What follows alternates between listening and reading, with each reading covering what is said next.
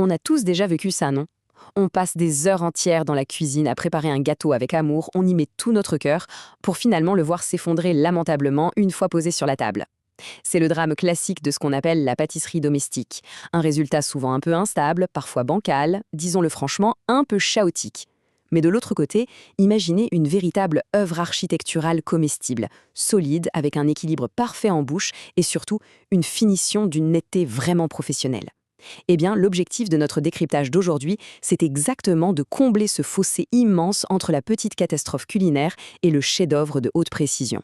Alors, bienvenue dans ce guide pratique. Aujourd'hui, on va transformer une approche classique, qui repose souvent un peu trop sur l'intuition, en un art extrêmement précis et structurel.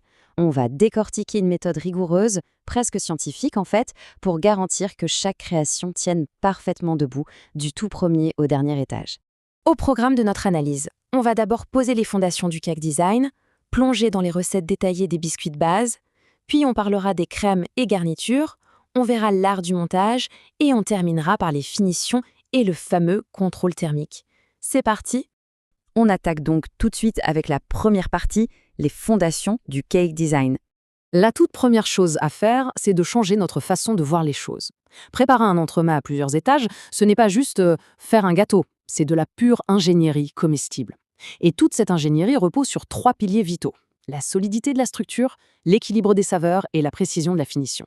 Le truc vraiment important à retenir ici, c'est que ces 3 piliers sont complètement interdépendants. Si la structure est mauvaise, tout penche et s'écroule. Si le goût n'y est pas, le visuel ne sert à rien. Et si la finition est bâclée, l'illusion professionnelle disparaît en un clin d'œil. C'est vraiment un tout.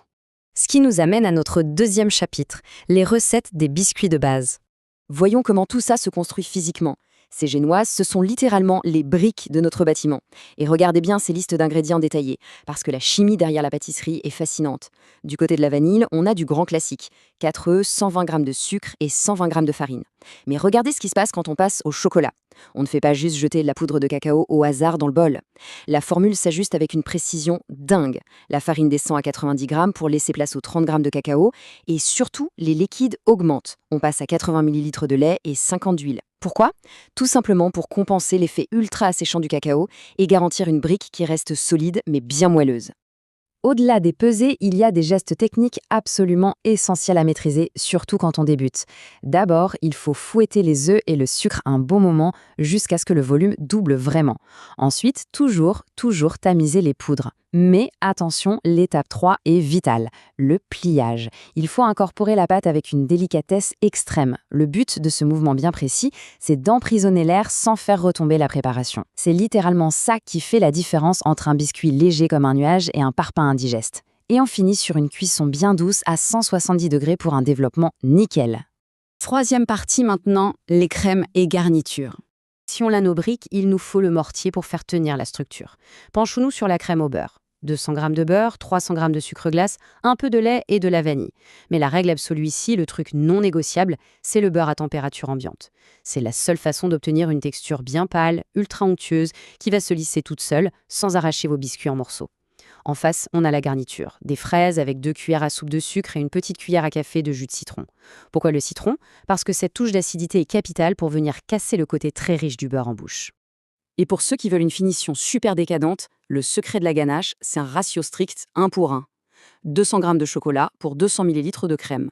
Le geste technique incontournable à retenir, la gestion de la chaleur. On veut une crème très chaude, mais qui ne bout jamais. Si vous versez de la crème bouillante, vous allez brûler le chocolat, le gras va se séparer et la texture sera ruinée pour de bon. On verse, on attend un peu, on lisse doucement, et voilà. Chapitre 4, l'art du montage. Alors là, c'est le moment magique de notre guide d'aujourd'hui. Le moment où la cuisine devient officiellement un chantier de construction. C'est un processus en 6 étapes, hyper carré. On coupe les génoises pour qu'elles soient parfaitement plates. On met notre mortier de crème, puis la garniture. Et là, étape 4, empiler droit.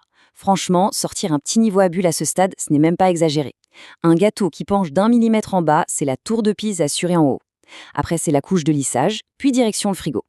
Justement, faisons une pause sur cette fameuse couche de lissage, ce que les pros appellent le crumb coat. Imaginez que c'est la sous-couche d'enduit avant de peindre un mur. C'est une fine couche de crème qui vient piéger toutes les petites miettes volantes. Vouloir gagner du temps et sauter cette étape, c'est aller droit dans le mur.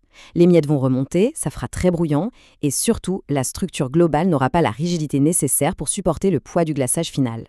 Et enfin, on arrive au chapitre 5, finition et contrôle thermique.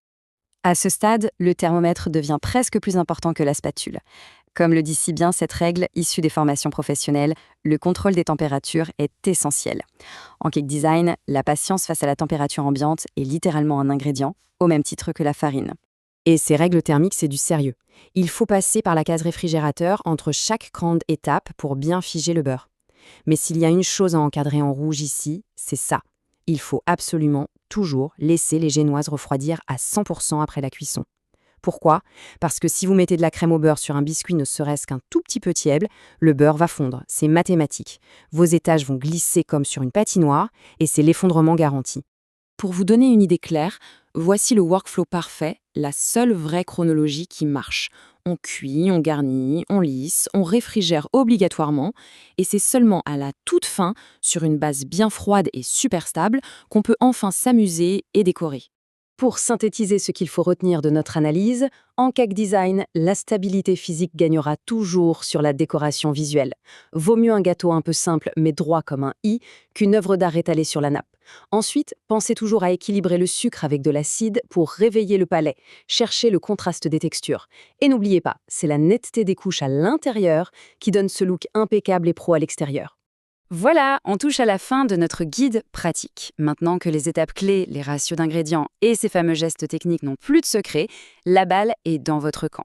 Lors de la prochaine session en cuisine, est-ce que ce sera une petite pâtisserie domestique, un brin bancal, ou est-ce que vous allez bâtir une authentique œuvre architecturale ? Merci beaucoup d'avoir suivi ce décryptage avec nous et à très vite pour de nouvelles explorations.